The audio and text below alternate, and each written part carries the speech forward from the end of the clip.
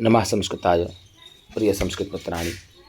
संस्कृत सेवा में आप सभी का स्वागत है। हम लोग पढ़ रहे हैं भारतीय हरिकृत नीति शतकम। नीति शतकम में हम लोगों ने अर्थ पद्धति का अध्ययन कर लिया है। दुर्जन पद्धति पढ़ रहे हैं और दुर्जन पद्धति में हम लोग 41-42वें श्लोक को पढ़ लिया है। आज हम लोग 43 और 44वें श्लोक को पढ़ेंगे। किसको पढ़ेंगे? नहीं, 42 और 43 को पढ़ लिया है। आज हम 44 और 45वें श्लोक को पढ़ेंगे, ठीक है ना। तो हम लोगों ने दुर्जन पद्धति में नंबर 42वें में श्लोक आता है, उसको पढ़ा, 43वें पढ़ लिया। आज उसी दुर्जन पद्धति में हम लोग 44वें श्लोक को पढ़ेंगे। कौन सा श्लोक पढ़ेंगे? 44वें श्लोक की, जिसमें यहाँ पर दुर्जनों के गुण बताए हैं। दुर्जनों के द्वारा गुणों में जो दोष का आरोपण किया जाता है उनकी चर्चा इस श्लोक में की गई। तो आइए हम लोग पहले श्लोक का अध्ययन कर लेते हैं।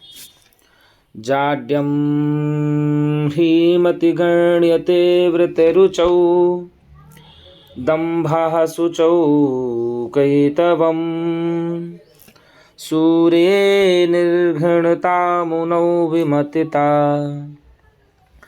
दैन्यं प्रियालापिनी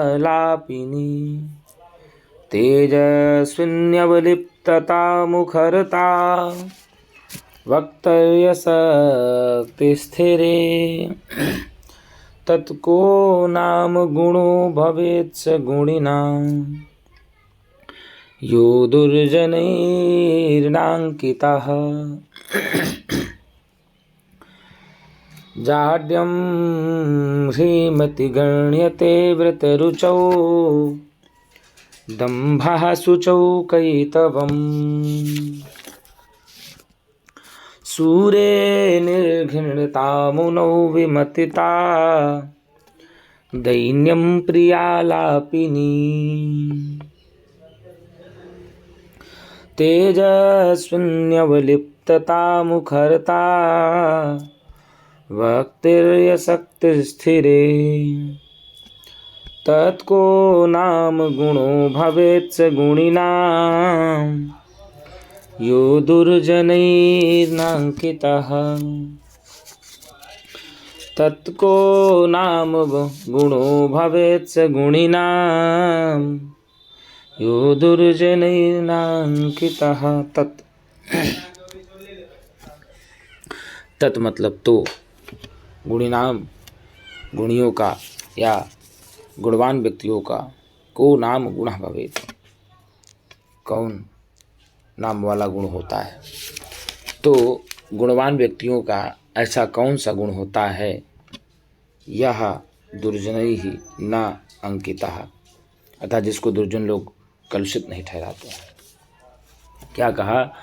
गुणिनाम अर्थात तत् तो, गुणिनाम गुणियों का, को नाम गुण भवेत् कौन सा गुण है, तब गुणवान व्यक्तियों का ऐसा कौन सा गुण है, यह जिसको दुर्जनैः ही न अंकितः, जिसको दुर्जनों के द्वारा अंकित ना किया जाए, जिसको दुर्जनों के द्वारा निंदित ना किया जाए, जिसकी दुर्जनों के द्वारा गुरुजी निंदा ना की जाए। ऐसा कौन सा गुणी लोगों का व्यक्ति है जिसको दुर्जन लोग अंकित नहीं कर देते हैं, जिसकी दुर्जन लोग निंदा नहीं कर देते हैं, या जिसकी दुर्जन लोग कलुषित नहीं ठहराते हैं। तो क्या कहा? अब ऊपर देगा, जाड्यं ह्रीमति गण्यते, जो लज्जाशील व्यक्ति है। कौन? जो लज्जाशील व्यक्ति है, उन व्यक्तियों के ऊपर दुर्जनों के द्वारा जड़ और मतिमंद कहा जाता है। जाड्यं ह्रीमति गण्यते, दुर्जनों के द्वारा या दुर्जन लज्जाशील व्यक्ति को या पुरुष को मतिमंद कहते हैं, अर्थात कहते हैं कि उसके मति नहीं है। क्या है? उसके मति नहीं है। और क्या कहा गुरुजी? व्रत शुचौ दम्भः, व्रत शुचौ दम्भः, जो धार्मिक प्रकार का व्यक्ति है, जो धार्मिक प्रवृत्ति वाला व्यक्ति है, ये जो धार्मिक व्रत का पालन करने वाला व्यक्ति है, उसको दुर्जन क्या कहते हैं? उसको दुर्जन पाखंडी कहते हैं। दम्भः क्या कहते हैं? कि वो पाखंडी है। दम्भः इत्युक्ते पाखंडी है। और शुचौ कैतवम, शुचौ कैतवम, और जो पवित्र आत्मा व्यक्ति है, जो पवित्र आत्मा वाला व्यक्ति है, उसको छलिया कहते हैं। कैतवम अर्थात पवित्र आत्मा वाले व्यक्ति को छलिया कहते हैं। तो क्या कहा? दुर्जनैहि, दुर्जनों के द्वारा कहा जाता है, दुर्जनों के द्वारा, दुर्जनैहि, दुर्जनों के द्वारा, ह्रीमति जाड्यम गण्यते, अर्थात लज्जाशील व्यक्ति में जड़ता की गणना की जाती है। अर्थात दुर्जन लज्जाशील व्यक्ति को जड़ या मतिमंद वाला भी कहते हैं, मंदमति वाला भी कहते हैं। अव्रत रुचौ दंभा, व्रत रुचौ दंभा, अर्थात जो व्रत का पालन करने वाला व्यक्ति है, जो व्रत आदि का पालन करने वाला व्यक्ति है, उसको पाखंडी कहते हैं। शुचौ कैतवम, पवित्र आत्मा वाले व्यक्ति को छलिया कहते हैं। जिसकी आत्मा पवित्र है, जिसकी आत्मा स्वच्छ है, जिसकी आत्मा निर्मल है, ऐसे व्यक्ति को क्या कहते हैं कि छलिया है। क्या है गुरु? छलिया है। सूर्य निर्घृणता, सूर्य निर्घृणता, अर्थात सूरवीर को निर्दयी कहते हैं। अगर कोई पराक्रमी व्यक्ति हो तो उसको निर्दयी कहते हैं। पराक्रमी व्यक्ति को धूर्त लोग क्या कहते हैं? निर्दयी कहते हैं। और आगे कहा प्रियालापिनी दैन्यम, प्रियालापिनी दैन्यम, तो सूर व्यक्ति को तो निर्दयी कहते हैं, और जो प्रिया, ठीक है ना, किसको गुरुजी? जो प्रिया का आलाप करने वाला है, जो प्रिया का आलाप करने वाला है, उसको दीनहीन कहते हैं। क्या कहते हैं? दीनहीन कहते हैं। कहने का मतलब मूर्जन को मतिहीन कहते हैं। क्या कहते हैं? मुनौ विमत्ता, और मूर्जन को मतिहीन कहते हैं। अर्थात ऐसा कहते हैं कि जैसे उनके पास वो ही नहीं है, क्या कहते हैं, मतिहीन, बुद्धि ही नहीं है। मुनिजन को बुद्धिहीन कहते हैं, ठीक है ना, मतिहीन कहते हैं। और क्या कहा आगे? कहा गुरुजी तेजस्विनी अवलिप्तता, तेजस्विनी अवलिप्तता, तेजस्वी को भयंकर कहते हैं। तेजस्वी को अत्यंत, आप बता दें, अहंकारी कहते हैं। तेजस्वी व्यक्ति को अत्यंत अहंकारी व्यक्ति कहते हैं। वक्तरी मुखरता, बोलने वाले को बड़बड़िया कहते हैं। वक्तरी मुखरता, जो अत्यधिक बोलने वाला है उसको कहते हैं, बड़बड़िया कहते हैं। और शक्ति स्थिरे, शक्ति ही स्थिरे, और जो धीर स्थिर पुरुष को कमज़ोर कहते हैं। जो धीर और स्थिर पुरुष है उसको कहते हैं कि कमज़ोर है, उसको क्या कहते हैं? कमज़ोर है। तत् को नाम गुणों भवेत् स गुण नाम, तब बताइए गुणियों का वह कौन सा गुण है जिसको दुर्जनैः, यह दुर्जनैः नांकिता, जिसको दुर्जन लोग अंकित नहीं करते, अर्थात जिसकी दुर्जन लोग निंदा नहीं करते, जिसको दुर्जन लोग कलुषित नहीं करते। अर्थात गुणिनाम, गुणियों के सारे गुणों को दुर्जन लोग अवगुण ही बताते हैं। तो क्या कहा? जाड्यम ह्रीमति गण्यते रतरुचौ दंभा शुचौ कैतवम, अर्थात सीधे कहा ह्रीमति, जो लज्जाशील व्यक्ति है, जो लज्जाशील व्यक्ति है। कैसा व्यक्ति है? जो लज्जाशील व्यक्ति है, जो लज्जा करता है, जो स्वाभाविक रूप से अगर कोई व्यक्ति कुछ कह देता है तो वो बड़े हंस करके उसको समझता है और बड़े हंस करके लेता है। और हमेशा खुश मिजाज वाला जो व्यक्ति होता है, जो लज्जाशील व्यक्ति होता है, मतलब किसी ने कुछ कह दिया तो उसने पलट कर जवाब नहीं दिया, सिर झुका के बेचारा चला जाए, तो ऐसे व्यक्ति को कहते हैं कि वो मतिमंद है, वो उसकी बुद्धि नहीं काम करती है। तो गलत बात है। अगर कोई व्यक्ति सहनशील है, अगर कोई व्यक्ति लज्जाशील है, तो उसको समाज में ये नहीं मान लेना चाहिए कि वह जो है मंदहीन है या मतिमंद वाला है या कमज़ोर बुद्धि वाला है। तो ऐसा नहीं होता है। जो विद्वान पुरुष होता है वो लज्जाशील ही होता है, क्योंकि विद्वान पुरुष का लक्षण ही होता है कम बोलो, कम बोलो ज़्यादा बेटर होता है। तो जाड्यम ह्रीमति गण्यते, अर्थात जो दुर्जन लोग होते हैं वह लज्जाशील व्यक्ति को कहते हैं कि यह मंद बुद्धि वाला है। क्या मानते हैं? मंद बुद्धि वाला मानते हैं। व्रत रुचौ दंभा, और जो व्रती व्यक्ति है, जो ब्रह्मचर्य आदि का नियम का पालन करने वाला व्यक्ति है, जो हमेशा एक प्रकार से कहा जाए कि अपने ही कार्यक्षेत्र के अंतर्गत रहता है, ऐसे व्यक्ति को कहते हैं कि वो दंभी है। क्या है? दंभी है। और आगे कहा दंभी के बाद कि शुचौ कैतवम, जो पवित्र आत्मा वाला व्यक्ति है।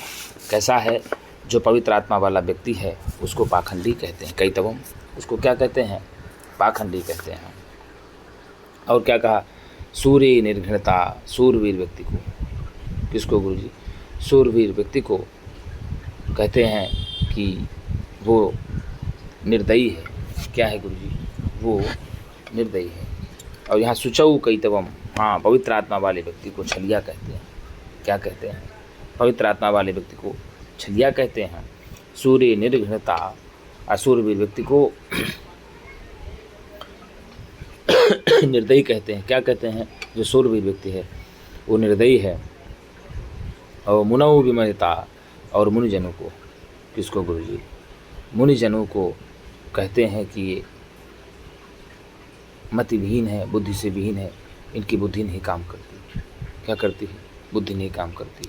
और प्रियालापी दैन्यतम, जो मिष्टभाषी है, जो सत्य बोलने वाला है, जो प्रेम बोलने वाला है, जो अच्छा बोलने वाला है, उसको कहते हैं मिष्टभाषी है, बड़ा दीन है। क्या है? दीन ही है। तो प्रिय आलापिनी, प्रिय बोलने वाले को, क्या? प्रिय बोलने वाले को बोलते हैं दीन है। अर्थात जो भी व्यक्ति प्रिय बोलता है उसको ये सब कहते हैं कि नहीं, वो दीनहीन है। ऐसे व्यक्ति का समाज में कोई अस्तित्व नहीं है, उनको दीन मानते हैं। प्रियालापिनी दैन्यम, मिष्टभाषी को।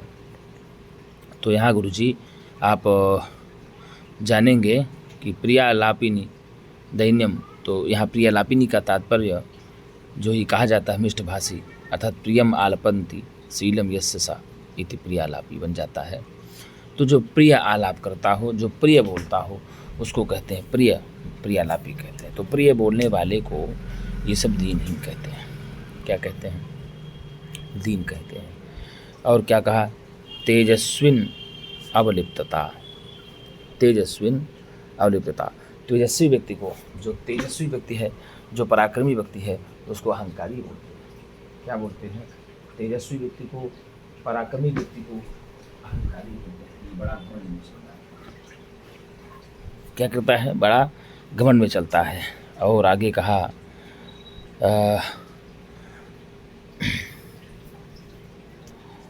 वक्तर्य, ठीक है ना? क्या कहा? तेजस्वी व्यक्ति को कहते हैं कि अवलिप्तता, अवलिप्तता का यह तात्पर्य होता है कि बोलते हैं कि घमंडी है, अहंकारी है। क्या है? अहंकारी है। और आगे कहा वक्तरी मुखरता, वक्तरी मुखरता।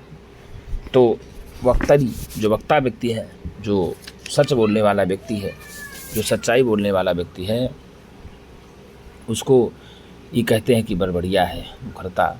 तो जो सच बोलने वाला व्यक्ति है, बोलने वाले को ये बड़बड़िया कहते हैं। और शक्ति स्थिर, अर्थात धीर स्थिर पुरुष को कमज़ोर कहते हैं। क्या कहते हैं? धीर या स्थिर पुरुष को कमज़ोर कहते हैं। धीर या स्थिर पुरुष को कमज़ोर कौन कहते हैं? तो दुर्जनगण कहते हैं। कौन कहते हैं गुरु जी? दुर्जनगण धीर या स्थिर पुरुष को कमज़ोर कहते हैं। और यही इसीलिए कहा तत्कह नाम गुणो भवेत् गुण नाम जो दुर्जनी नाम किता। तो बताओ ऐसा कौन सा गुणवानों का गुण है, ठीक है ना, जिसको दुर्जन लोग कलुषित नहीं ठहराते। अर्थात गुणवानों के संपूर्ण गुण को दुर्जन लोग कलुषित ही ठहराते हैं। कभी वो ये नहीं कहते कि इनका गुण ये अच्छा होगा। तो जाड्यम ह्रीमति गण्यते व्रतरुचौ दम्भः शुचौ कैतवम सूरे निर्घृणता मुनौ विमतिता दैन्यम प्रियालापिनी तेजस्विन्यवलिप्तता मुखरता वक्तर्य शक्ति स्थिरे तत्को नाम गुणो भवेत् स गुणिनाम यो दुर्जनैर्नांकितः। का कहा? गुणिनाम गुणः तत् कहा भवेत्, गुणों का वह कौन सा गुण है? यह दुर्जनैर्नांकितः, जिस गुण को दुर्जनों के द्वारा कलुषित न किया गया हो। तो कहा जाड्यम श्रीमति गण्यते, जो लज्जाशील व्यक्ति है, जो लज्जा करने वाला व्यक्ति है, जो किसी के कह देने पर भी उसको जवाब नहीं देने वाला व्यक्ति है, उसको कहते हैं कि यह मंद बुद्धि वाला है। और क्या कहा? व्रतरुचौ दम्भः गण्यते, जो व्रत आदि का पालन करने वाला है, जो नियम पर चलने वाला व्यक्ति है, उसको कहते हैं कि अपाखंडी है शुचौ कैतवम। और पवित्र आत्मा वाले व्यक्ति को क्या कहते हैं? छलिया कहते हैं। जिसकी आत्मा एकदम शुद्ध है, जिसका मन अत्यंत चित्त निर्मल शांत है, उसको कहते हैं कि ये तो भैया छलिया है। सूर्य निर्घृणता, और जो सूरवीर व्यक्ति है उनको कहता है कि निर्दयी हैं, उनको निर्दयी कहते हैं। मुनौ विमतिता, और मुनिजन को कहते हैं कि मतिहीन है, इनमें मति नहीं है। और क्या कहा?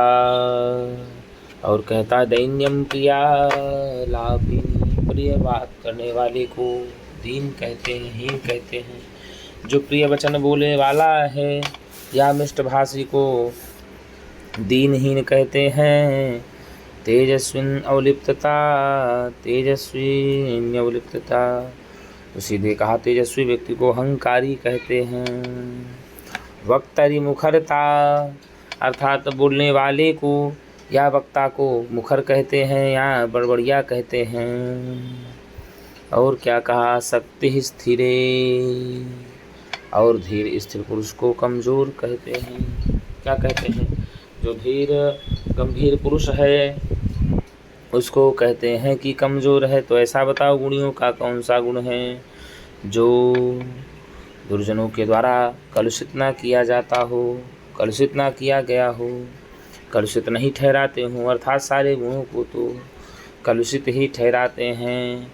तो जाड्यम ह्रीमति गण्यते वृतरुचौ, पूछ लेगा दुर्जनाः, ठीक है ना, ह्रीमति किम गण्यते, तो दुर्जनाः ह्रीमति जाड्यम गण्यते, ठीक है ना। और पूछ लिया दुर्जनाः वृतरुचौ किम गण्यते, तो दुर्जनाः वृतरुचौ दम्भः गण्यते।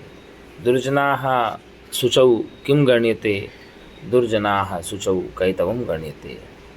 दुर्जनाः सज्जनां सूदे किम गण्यते, निर्घृणता गण्यते।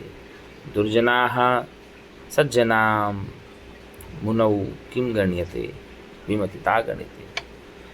और दुर्जनाः सज्जनां दैन्यम किम गण्यते, दैन्यम प्रियालापिनी, प्रियालापिनी किम गण्यते, दैन्यम गण्यते, ठीक है ना। तेजस्विनी में अवलिप्तता गण्यते, वक्तरी में मुखरता गण्यते, ठीक है ना। इस प्रकार से कहा कि भैया जो दुर्जन लोग हैं वह सज्जनों को ऐसा कौन सा गुण है जिनके द्वारा सज्जनों को गुण को कलुषित ना किया गया हो, अर्थात दुर्जनों ने सारे गुणों को सज्जनों के कलुषित कर दिया।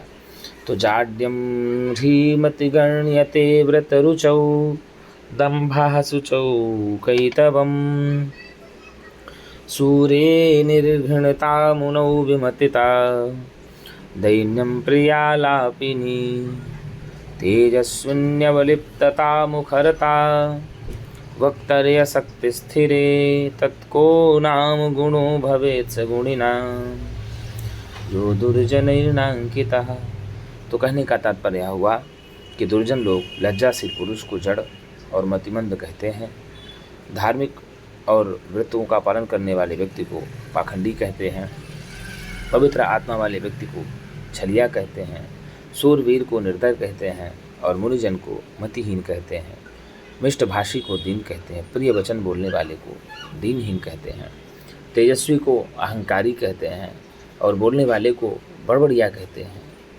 और धीर स्थिर पुरुष को कमज़ोर कहते हैं। तो बताइए गुणियों का ऐसा कौन सा गुण है जिसको दुर्जन लोग कलुषित नहीं ठहराते, अर्थात दुर्जन लोग सज्जनों के सारे गुण को कलुषित ही ठहराते हैं।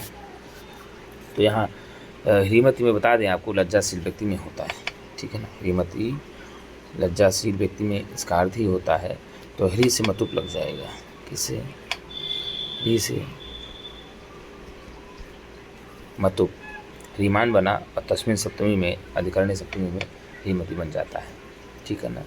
और जड़ता जाड्यम जो है तो आपको जडस से भावा जाड्यम, जड से सही प्रत्यय हो जाता है। किससे भैया, जड से सही प्रत्यय होकर के जडस से भावा जाड्यम बन जाता है, ठीक है ना। और यदि व्रत शुचौ की बात किया जाए तो पवित्र व्यक्ति में कहा जाता है, इसमें पवित्र व्यक्ति में, ये व्रत रुचौ पवित्र व्यक्ति में, किसमें?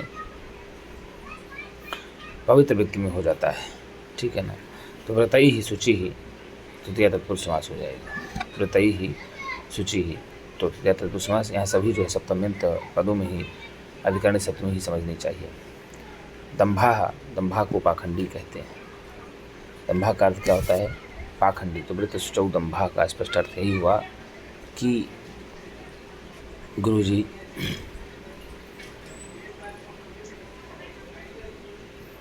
व्रत शुचिता रूपी गुण को यहाँ पर दम्भ समझा जाता है, घमंडी समझा जाता है। शुचौ भीतर या बाहर से भी कहा जाता है पवित्र। कैतवम, कैतवम का अर्थ यहाँ सटता या धूर्तता कहा जाता है। कितस्य भावा कैतवम को, तो कितव से अण होकर के कैतवम बन जाता है। यदि आपसे पूछ लिए कि कैसे बना, तो कितव से अण,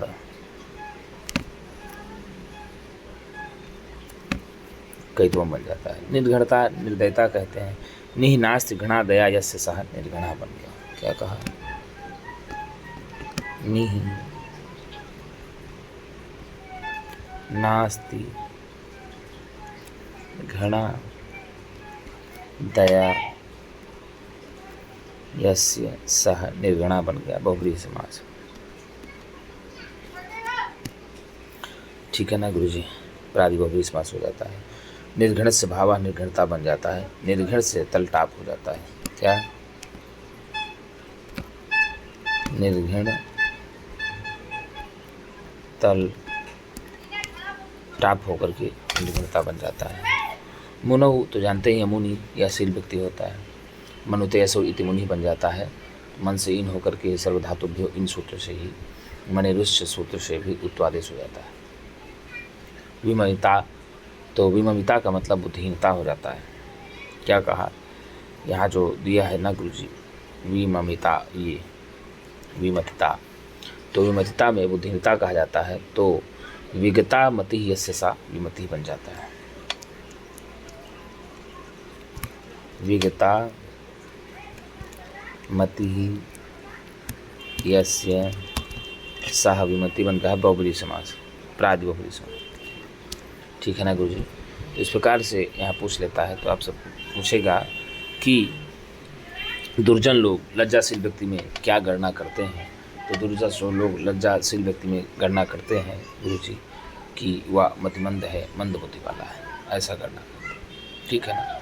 व्रत रुचौ दंभा, और जो व्रत में रुचि रखने वाला है, व्रत आदि का पालन करने वाला व्यक्ति, उसको क्या कहते हैं? उसको दंभी कहते हैं। पवित्र आत्मा वाला व्यक्ति में क्या गणना करते हैं? तो पवित्र आत्मा वाले व्यक्ति में गणना ये करते हैं कि वो छलिया है। सूरवीर व्यक्ति को क्या कहते हैं? सूरवीर व्यक्ति को कहते हैं कि ये जो है निर्दयी है। और मुनियों में क्या गणना करते हैं? तो मुनियों में ये गणना करते हैं गुरुजी कि मतिहीन है, अर्थात बुद्धि से हीन है। दैन्यम प्रियालापनी, प्रिय बोलने वाले व्यक्ति में गणना करते हैं कि यह दीनहीन है। तेजस्वी न्यूनता, और तेजस्वी व्यक्ति में कहते हैं कि नहीं, अहंकारी है। और वक्तरी मुखरता, और जो वक्ता है, अच्छा वक्ता है, अच्छा बोलने वाला है, उसको कहते हैं नहीं ये बड़ बढ़िया है। क्या है? बड़ बढ़िया है। और शक्ति स्थिर, और जो धीर स्थिर पुरुष को ही कमज़ोर कहते हैं। क्या कहते हैं? कमज़ोर कहते हैं। तो बताओ ऐसा कौन सा गुण है जो मूर्खों के द्वारा या दुर्जनों के द्वारा सज्जनों के गुणों को दूषित न किया गया हो। अर्थात सज्जनों के सारे गुणों को दुर्जन लोग क्या करते हैं गुरुजी? दूषित ही करते हैं। तो जाड्यम धीमति गण्यते व्रत रुचौ दंभा शुचौ कैतवम सूरे निर्घृणता मुनौ विमतिता दैन्यम प्रियालापिनी तेजस्विन्यवलिप्तता मुखरता वक्तर्य शक्ति स्थिरे तत्को नाम गुणो भवेत् स गुणिनाम् यो दुर्जनैर्नांकितः। आइए अब आगे चलते हैं इसी में दुर्जन पद्धति में 45वां श्लोक, यानी अगला श्लोक है। अब हम लोग इसका अध्ययन करते हैं।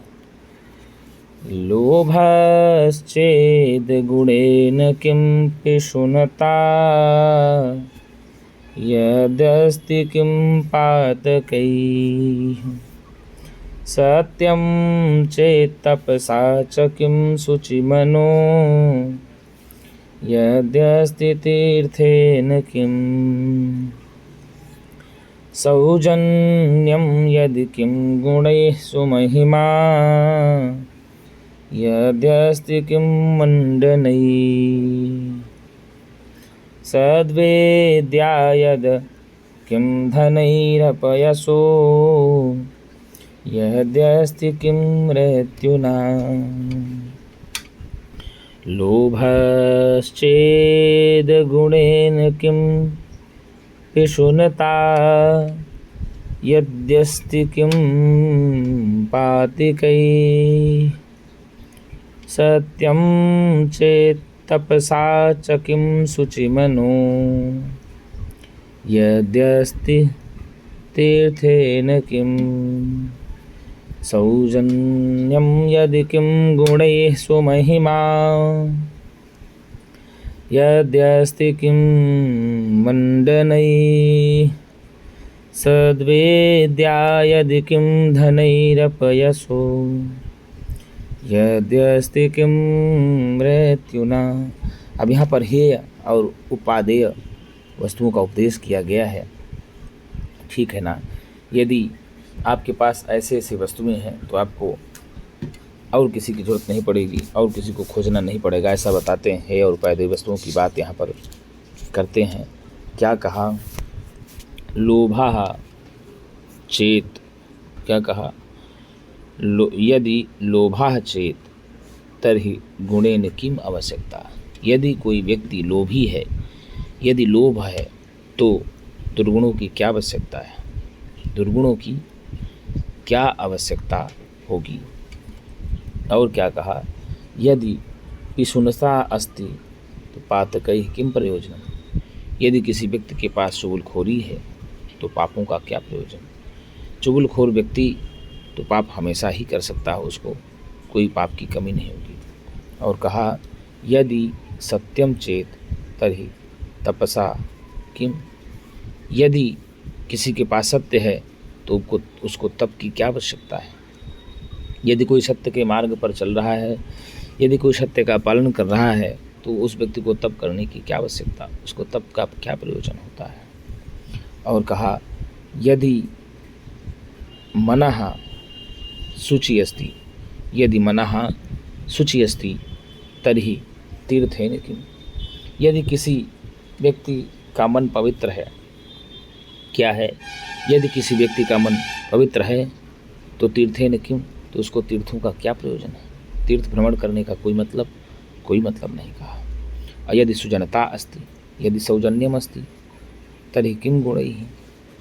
यदि सुजनता है, यदि सज्जनता है तो उसको बल की क्या आवश्यकता है, उसको बल की क्या आवश्यकता है।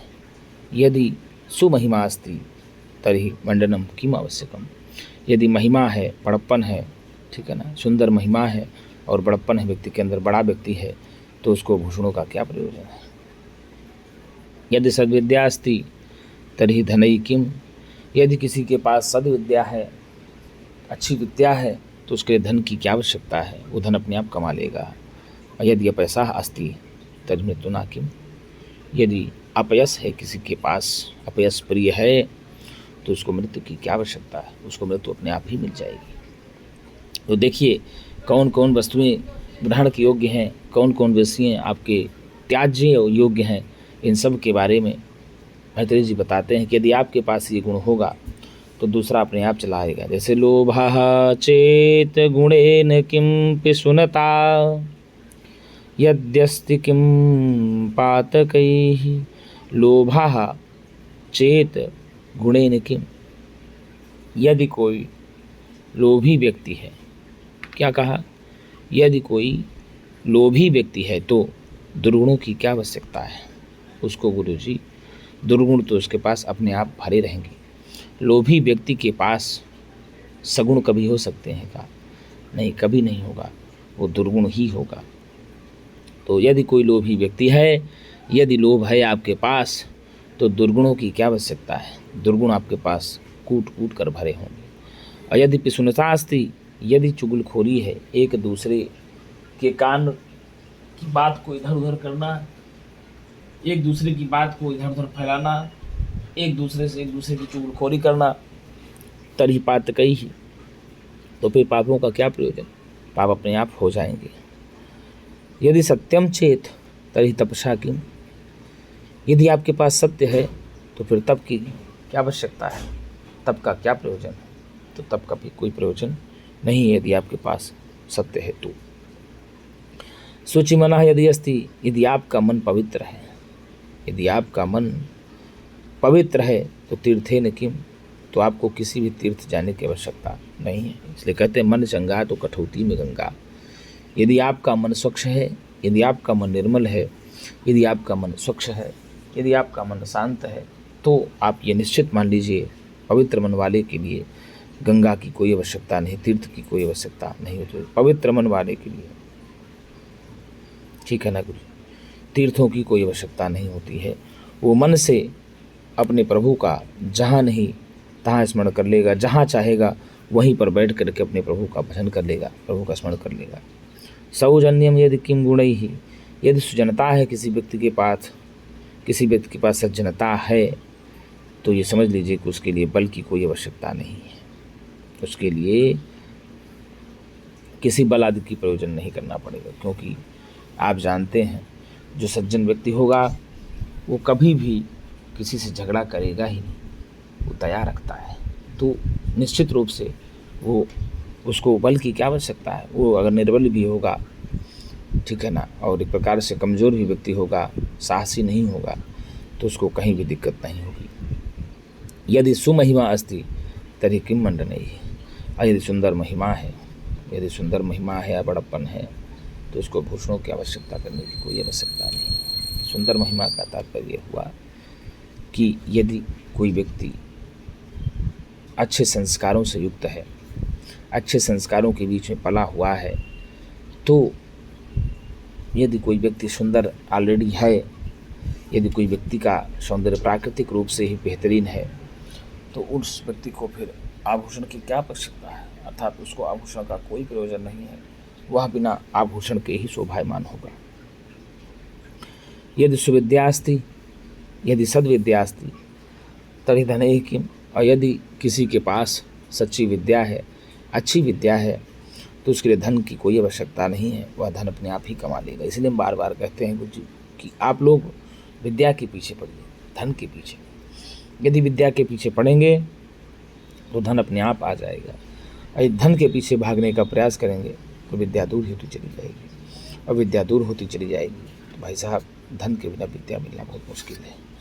तो यदि सद्विद्या अस्ति तर्हि धनैः किम, यदि आपके अंदर अच्छी विद्या है, निष्कलंक विद्या है, तो आपको धन की क्या आवश्यकता है, धन आपके पास अपने आप आ जाएगा। और आगे भी कहा लास्ट में, यदि अपयसः अस्ति, यदि अपयस है तो, यदि आपके अंदर अपकीर्ति है तो मृत्यु क्या प्रयोजन, आपको मृत्यु अपने आप ही मिल जाएगी। लोभः धन चेत, तो बन जाएगा लोभश्चेत, विसर्ग संधि। गुणेन में तृतीय भक्ति एक वचन। पिशुनता का अर्थ पूछ लेगा क्या होता है, तो आप बताएंगे पिशुनता का अर्थ होता है चुगलखोरी। यदि धन अस्ति यद्यस्ति बन गया, पूछ लेगा कौन सी संधि है यद्यस्ति में, तो आप बताएंगे यद्यस्ति में यण संधि है। कौन सी संधि? यण संधि यद्यस्ति में हो जाएगा। यदि जोड़ अस्ति, ये यदि जोड़ अस्ति बराबर में आएगा यद्यस्ति। तो भाई साहब कहा यदि लोभः चेत तर्हि गुणेन किम, यदि कोई व्यक्ति लोभी है, ठीक है ना, यदि कोई व्यक्ति लालची है, तो उसके लिए गुणों का क्या प्रयोजन। उसके अंदर कितना भी अच्छा गुण हो वो सब बेकार है। और फिर कहा यदि पिशुनता अस्ति चेत तर्हि पातकैः किम, यदि कोई व्यक्ति चुगलखोर है, यदि कोई व्यक्ति एक दूसरे की बात को इधर उधर करने वाला है, तो उसके लिए पापों की क्या प्रयोजन, उसके लिए पापों का क्या प्रयोजन, उससे तो पाप हमेशा होता ही रहता है। और यदि क्या कहा, यदि सत्यम अस्ति चेत तपसा किम प्रयोजन, और यदि कोई व्यक्ति सच्चा है, सत्य के मार्ग पर चलने वाला है, सत्य का सहारा लेने वाला है, तो उसके लिए तपसा किम प्रयोजनम, उसके लिए तपस्या की क्या आवश्यकता है। अर्थात उसके लिए जब तप की कोई आवश्यकता ही नहीं है। और फिर कहा यदि मनः शुचि तर्हि तीर्थेन किम, यदि आपका मन पवित्र है, यदि मनः शुचि अस्ति, यदि मन आपका पवित्र है, यदि किसी का मन पवित्र है तो उसके लिए भाई साहब तीर्थों की कोई आवश्यकता नहीं है। वह अपने अंतःकरण में भी भगवान को पूज सकता है, अंतःकरण में भगवान को देख सकता है। यदि सौजन्यम अस्ति, यदि सौजन्यम अस्ति तर्हि किम गुणैः, यदि कोई व्यक्ति सज्जन है, यदि किसी व्यक्ति में सज्जनता है तो बताइए उसको उसमें गुणों का क्या प्रयोजन है। वो गुणवान हो या ना हो इससे मतलब नहीं है, वो सज्जन है तो अपने आप वो गुणवान होगा ही होगा। यदि सुमहिमा अस्ति तर्हि किम मंडनैः, यदि सुंदर महिमा है तो आभूषणों का क्या प्रयोजन है। सुंदर महिमा, कोई द्वार पर आ गया, उसको आप बैठा करके उससे दो बातें प्रिय बोलिए, दो बातें प्रिय बोलने के बाद उसको पानी पिलाए, उसका स्वागत सत्कार किया, आतिथ्य सत्कार किया और उसको ससम्मान विदा किया, यही आभूषण है व्यक्ति का। यही क्या है, यही आभूषण व्यक्ति का है। और नहीं तो कितना भी सुंदर हो, कटु वचन बोल रहा हो, द्वार पे आए हुए अतिथि को एक लोटा जल भी ना पिला पाए और बोल दे कि नहीं बहुत अच्छा गुणवान है, बहुत ही अच्छा आभूषण पहना है, बहुत बड़ा आदमी है, तो ऐसी बड़कई से भैया क्या मतलब, ऐसी बड़कई से कोई मतलब नहीं है। ऐसे लोग तो समाज में किस लायक होंगे, किसी लायक नहीं होंगे। सद्विद्या यदि अस्ति, यदि सद्विद्या है, सच्ची विद्या है तो धन ही किम प्रयोजन, धन का क्या प्रयोजन है, अर्थात धन का कोई प्रयोजन नहीं है। यदि अपयसा अस्ति तर्हि मृत्युना किम प्रयोजन, यदि कोई व्यक्ति अपयस प्राप्त करने वाला है, ठीक है, यदि अपयस है तो मृत्यु का क्या प्रयोजन, मृत्यु का कोई प्रयोजन नहीं, मृत्यु उसको अपने आप प्राप्त हो जाएगी। तो लोभश्चेद गुणेन किं पिशुनता, यद्यस्ति किं पातकैः, सत्यं चेत् तपसा च किं शुचिमनो, यद्यस्ति तीर्थेन किं, सौजन्यं यदि किं गुणैः सुमहिमा, यद्यस्ति किं मण्डनैः, सद्वेद्या यदि किं धनैरपयसो, यद्यस्ति किं मृत्युना। भरतजी जी कहते हैं कि यदि लोभ है तो दुर्गुणों का क्या आवश्यकता, यदि चुगलखोरी है तो पापों का क्या प्रयोजन, सत्य यदि है आपके पास तो तब की क्या आवश्यकता, यदि मन पवित्र है तो तीर्थाटन का क्या प्रयोजन है, यदि सुजनता है तो बल की क्या जरूरत है, यदि महिमा यानी बड़प्पन है तो भूषणों का क्या प्रयोजन है, यदि सुविद्या सद्विद्या है, अच्छी विद्या है तो धन की क्या आवश्यकता है, यदि अपयस है तो मृत्यु की क्या आवश्यकता है। अर्थात तुमको अपने आप ही मिल जाएंगे। तो कौन सी वस्तुएं त्याज्य हैं और कौन सी वस्तुएं स्वीकार्य हैं, उनके बारे में ही भरत जी ने बताया। पूछ लेगा कि भैया प्रस्तुत श्लोक में कौन सा छंद है, तो प्रस्तुत श्लोक में शिखरणी छंद है। कौन सा छंद है? शिखरणी छंद है। आप इस प्रकार से कहेंगे, ठीक है ना। तो गुरु जी यदि लोभा आपसे पूछ लेता है, लोभा में लोभ से घई हो जाएगा, लोभ से घई। अन्य शास्त्रों में भी कहा जाता है लोभा पापस्य कारणम। हितोपदेश यदि पढ़ेंगे तो हितोपदेश में स्पष्ट कहा गया है कि लोभ पाप का कारण होता है। लोभ सकल गुणों को उसी तरह नष्ट कर देता है जैसे चरक सौंदर्य को नष्ट कर देता है। यशो यशस्विनाम शुद्धम श्लाघ्यायो गुणाम गुणाः, लोभा स्वल्पोपि तान हन्ति स्वित्रम रूपमेत्सितम। भागवत पुराण में भी कहा गया। और क्या कहा? अगुणेन न गुणः इति अगुणः, न गुणः इति गुणः, और तेन अगुणेन बन गया तृतीय तत्पुरुष नहीं तत्पुरुष समास। कौन सा? न गुणः इति गुणः नहीं तत्पुरुष समास और तेन तृतीय बन जाएगा, ठीक है ना, अगुणेन बन जाएगा।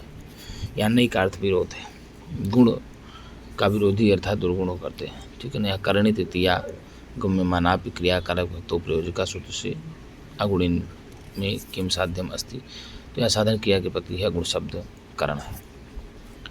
पातकई ही पापों से या पापों के द्वारा। तो पातयति नरके इति पातकम भवति। पातयति नरके इति पातकम। पातक किसको कहा जाता है? जो नरक की ओर गिराए किसी को, उसको ही पातक कहते हैं।